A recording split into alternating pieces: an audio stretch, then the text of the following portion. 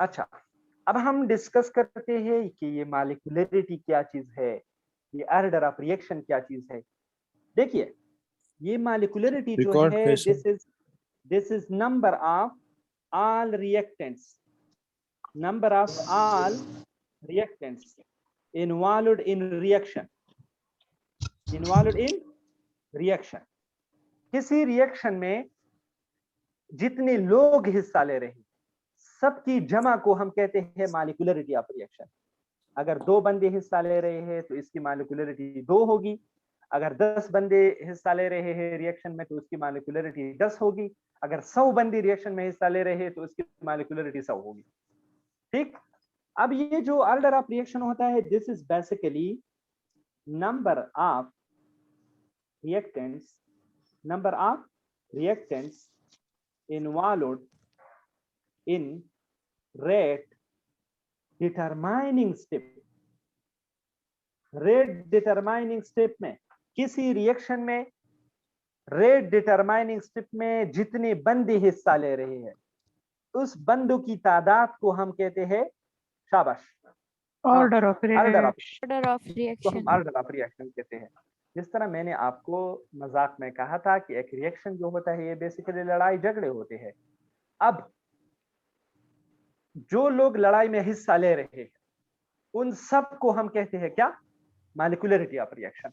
उन सब को हम क्या कहते हैं, मॉलिक्यूलरिटी ऑफ रिएक्शन। अब ये लड़ाई कितने लोगों ने शुरू की है, अब ये लड़ाई कितने लोगों की वजह से स्टार्ट हुई है, उसकी तादाद को हम कहते हैं क्या, ऑर्डर ऑफ रिएक्शन।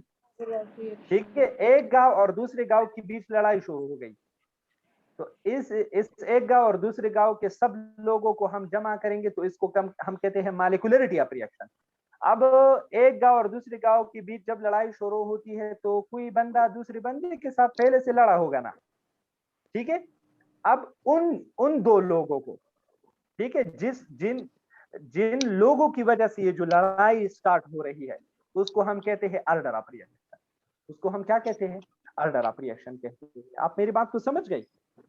दूसरा point, attentive please, this is, ये जो मॉलिक्यूलरिटी होती है ये नेवर बी जीरो, ये जीरो नहीं हो सकता। क्यों? क्योंकि लड़ाई कम से कम 2 बंदों के बीच होगी। So this never be zero. This never be zero. Our order of reaction can be zero. Order of reaction can be zero. और ये कब जीरो होगा? सपोज बहुत सारे लोग हैं, बहुत सारे लोग हैं, बहुत सारे लोग हैं, जब बंदे बहुत ज्यादा हो तो इसमें फिर पता नहीं चलेगा कि पश्तो में जिसको हम कहते हैं अंगता, हालांकि चिरांगता चाचा वाला सही ढेर ज्यादा करना, ठीक है, जिसको हम कहते हैं क्या, अंगता किसने डाला है, पश्तो में हम कहेंगे। आप समझ गए कि लड़ाई पहले किसने शुरू की है, जब लोग बहुत ज्यादा हो, ठीक है, ऑन दिस पार्ट, तो फिर पता नहीं चलेगा कि ये लड़ाई किसने शुरू की है। तो जब रिएक्टेंट बहुत ज्यादा हो तो तब ऑर्डर ऑफ रिएक्शन जीरो होगा। दिस इज एमसीक्यूज हो गया। ऑर्डर ऑफ रिएक्शन कब जीरो होगा, जब हमारे साथ रिएक्टेंट इनफाइनाइट कंसंट्रेशन हम लेते हैं। जब रिएक्टेंट की कंसंट्रेशन हम इनफाइनाइट लेंगे तो reaction can be, order of reaction can be zero. दूसरा पॉइंट लिखो, ये जो मॉलिक्यूलरिटी होती है this will be, can be higher than 3। Molecularity 3 से बड़ा हिस्सा हो सकता है, 400 हो सकता है, 1 लाख हो सकता है, 10 लाख हो सकता है, एवोगैड्रो नंबर हो सकता है, ठीक है। लेकिन जो ऑर्डर ऑफ रिएक्शन होता है can not be higher than 3, ये 3 से बड़ा हिस्सा नहीं हो सकता, हायर देन 3, ये 3 से बड़ा हिस्सा नहीं हो सकता। फर्स्ट ऑर्डर रिएक्शन हो सकता है, सेकेंड ऑर्डर रिएक्शन हो सकता है, थर्ड ऑर्डर रिएक्शन हो सकता है, फोर्थ ऑर्डर, फिफ्थ ऑर्डर, ये नहीं हो सकता।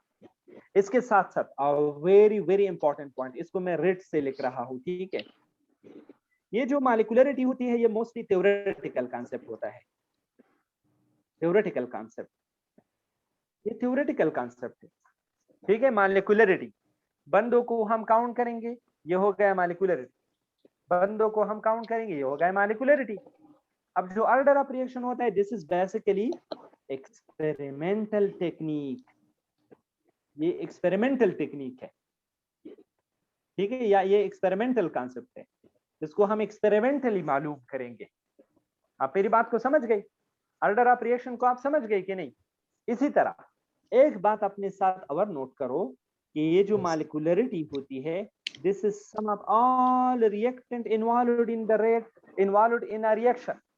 इसी रिएक्शन में रिएक्टेंट की सारी रिएक्टेंट की तादाद को जमा करके उससे क्या बनता है? मॉलिक्यूलरिटी। जबकि ऑर्डर ऑफ रिएक्शन क्या होता है? जब आप रेट लॉ में जो एक्सपोनेंट होती है, जब आप m+n को जमा करेंगे, ठीक है, तो इससे जो जवाब आ जाएगा, अगर ये 1 आ गया तो हम कहेंगे this is first order reaction, अगर इससे जवाब 2 आ गया तो हम कहेंगे सेकंड ऑर्डर रिएक्शन, अगर इससे जवाब 3 आ गया तो हम कहेंगे थर्ड ऑर्डर रिएक्शन, अगर फ्रैक्शन में जवाब आ गया a/b में तो हम कहेंगे this is fractional order reaction. आप मेरी बात को समझ गए कि नहीं?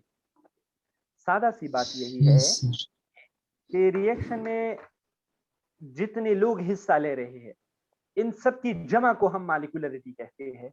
और reaction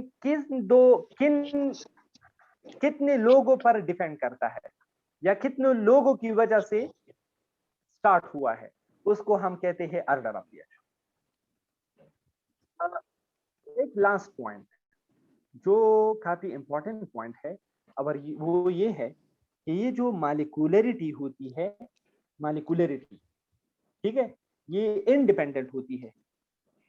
this is independent of temperature, pressure, concentration, temperature और प्रेशर, ये इन चीजों पर डिपेंड नहीं करता है, ठीक है। जबकि ये जो ऑर्डर ऑफ रिएक्शन होता है, they depend on temperature and pressure in such things. ये टेम्परेचर और प्रेशर और इन चीजों पर डिपेंड करता है। आप मेरी बात को समझ गए? ये आप अपने साथ नोट करो। इसके साथ साथ एक और पॉइंट अगर आप अपने साथ लिखना चाहते हो, वो ये है कि मॉलिक्यूलरिटी ऑफ रिएक्शन की value never be negative. Molecularity of reaction जो है उसकी no negative value, no negative value, इसकी नेगेटिव वैल्यू नामुमकिन है, ठीक है। अब ये ऑर्डर ऑफ रिएक्शन जो होता है, इसका हैव नेगेटिव वैल्यू, इसका नेगेटिव वैल्यू पॉसिबल है, इसकी नेगेटिव वैल्यू पॉसिबल है। ये कुछ चंद बातें थे जो इंपॉर्टेंट थे और बताना